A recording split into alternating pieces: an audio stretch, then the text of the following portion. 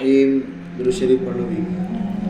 حضرت عبداللہ بن عمرو بن عاص رضی اللہ عنہما روایت کرتے ہیں کہ رسول اللہ صلی اللہ علیہ وسلم نے ارشاد فرمایا قیامت کے دن میری امت کے کچھ لوگ آئیں گے، ان کا نور سورج کی روشنی کی طرح ہوگا.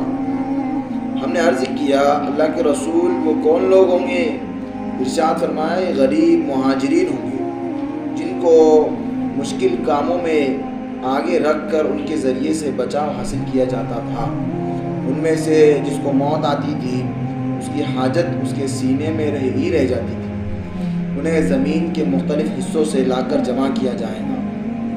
حضرت ابو ہریرہ حضرت ابو سعید خدری رضی اللہ عنہ سے روایت ہے کہ میں نے رسول اللہ صلی اللہ علیہ وسلم کو ارشاد فرماتے ہوئے سنا یا اللہ مجھے مسکین طبیعت بنا کر زندہ رکھیے، مسکینی کی حالت میں دنیا سے اٹھائیے اور میرا حشر مسکینوں کی جماعت میں فرمائیے.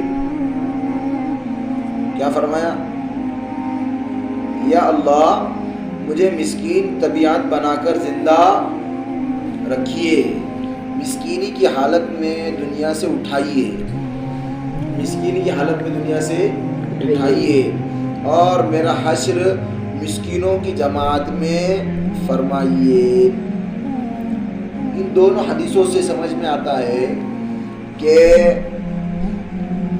غریب جو ہے یہ غربت، یہ فقر، فقیری یہ کوئی بری چیز نہیں ہے، بلکہ یہ دنیا اور آخرت دونوں اعتبار سے ہر غریب انسان کے لیے کیا ہے؟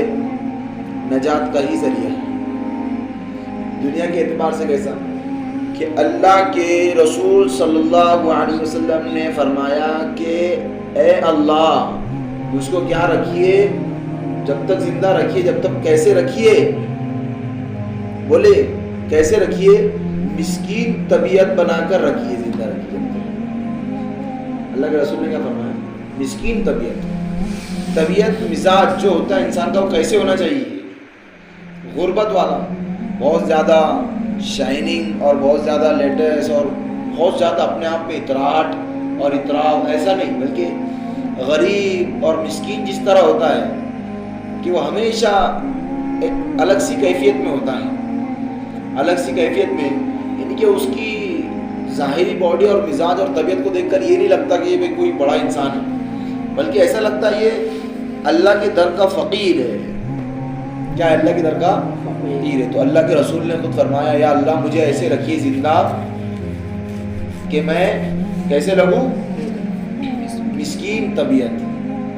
تو اللہ کے رسول صلی اللہ علیہ وسلم نے خود مسکین طبیعت کی دعا کی، مسکین طبیعت کی. مسکین اور غربت، مسکین کس کو کہتے ہیں کہ جس کو 2 وقت کی روٹی اپنے کچھ ہاتھ سے کمانے سے مل جائے.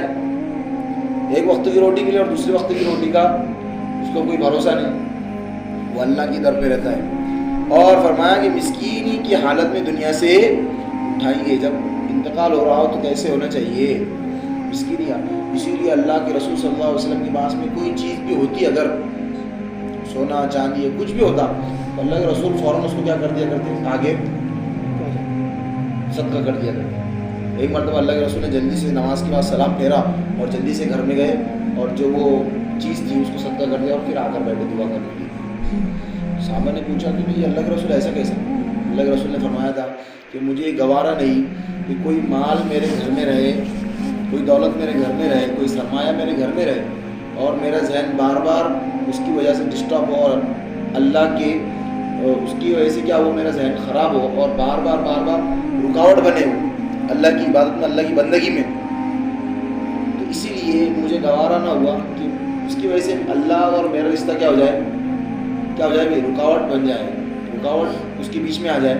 اس لیے اس کو کیا کرتے رہے؟ میں نے جلدی سے لیا، اس کو صدقہ کر دیا. شاید کوئی سونے کی وہ رہی ہوگی ڈلی جس کو کہتے ہیں، تو دے دیا اس کو. یہ اللہ کے رسول صلی اللہ علیہ وسلم نے کیسی زندگی گزاری ہے؟ مسکنت والی، مسکینوں والی. اللہ نے ان کو ایسے رکھا. حالانکہ ان کے لیے آپشن بھی دیا گیا تھا کہ غزوہ احد جو بڑے بڑے پہاڑ ہیں کہ اس کے لیے آپ کے لیے کیا بنا دیا؟ سونا اور چاندی بنا دیا. آپ ہمیشہ پیسوں کے لیکن اللہ کے رسول نے کیا پسند کیا بھائی؟ غربت پسند کی. سمجھ میں آ رہی بات؟ اللہ کے رسول صلی اللہ علیہ وسلم کے گھر میں مہینے مہینے چولہا نہیں جلتا تھا. تو اللہ کے رسول کی طبیعت کیسی تھی دنیا میں؟ غربت والا. جو بندے آج شکایت کرتے ہیں کہ بھائی غریبی پریشانی، تو ان کو اللہ کے رسول صلی اللہ علیہ وسلم کی سیرت پڑھنی چاہیے، مسلمان ہونے کے ناطے بھی اور ایک انسانیت کے ناطے بھی. بات سمجھ میں آ رہی؟ کوئی اگر غیر مسلم بھی اگر غریب ہے تو اس کو بھی اس سیرت کی سے آپ علیہ الصلوۃ والسلام کی بہت زیادہ کیا ملے گی؟ نصیحت ملے گی. بہت زیادہ کیا ملے گی؟ نصیحت ملے گی، موعظت ملے گی. وہ بھی دنیا میں کس طرح رہنا ہے وہ سیکھے گا. تو اب اللہ کے رسول کیا فرما رہے ہیں؟ جب میں انتقال کر جاؤں تو کیسا ہو؟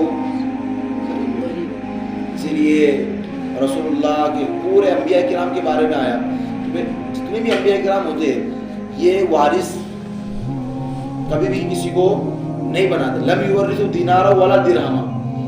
دینار اور درہم مطلب مال و دولت کا کبھی بھی وارث نہیں بناتے اپنے پیچھے چھوڑے جانے والوں کو، بلکہ کیا کرتے ہیں؟ علم کا اور دین کا، نبوت کا وارث بناتے ہیں. بات سمجھ میں آ رہی ہے بھائی؟ تو علم دین ہوتا ہے.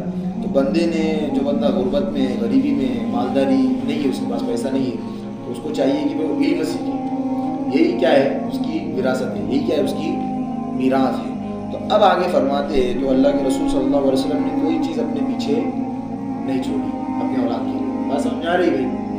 تو اب اللہ کے رسول کی حالت کیسی حالت میں ان کا انتقال ہو رہا ہے، ان کا وصال ہو رہا ہے. مسکرت کی حالت، مسکینی کی حالت، غربت کی. اور میرا حشر مسکینوں کی جماعت میں فرمائی ہے اللہ کے رسول دعا فرما رہے ہیں. تو اس لیے جو مسکین ہوں گا، ہم نے پچھلی حدیث میں پڑھی کیا کہ بھائی جو غریب ہوں گے وہ مالداروں سے کتنے سال پہلے جائیں گے جنت میں؟ 40 سال ایک حدیث میں، اور ایک حدیث میں کتنے؟ 500 برس، 500 سال آئے ہوئے ہیں. تو غربت یہ کوئی بری چیز نہیں ہے. اور اللہ کے رسول صلی اللہ علیہ وسلم نے غریبوں کو اکرام دیا ہوا ہے. کیا دیا ہوا ہے؟ ان کو محترم بنایا ہے. معلوم تھا کہ بھائی غربت جو آتی ہے، یہ غربت کبھی کبھی کفر کی طرف بھی لے کے جاتی ہے.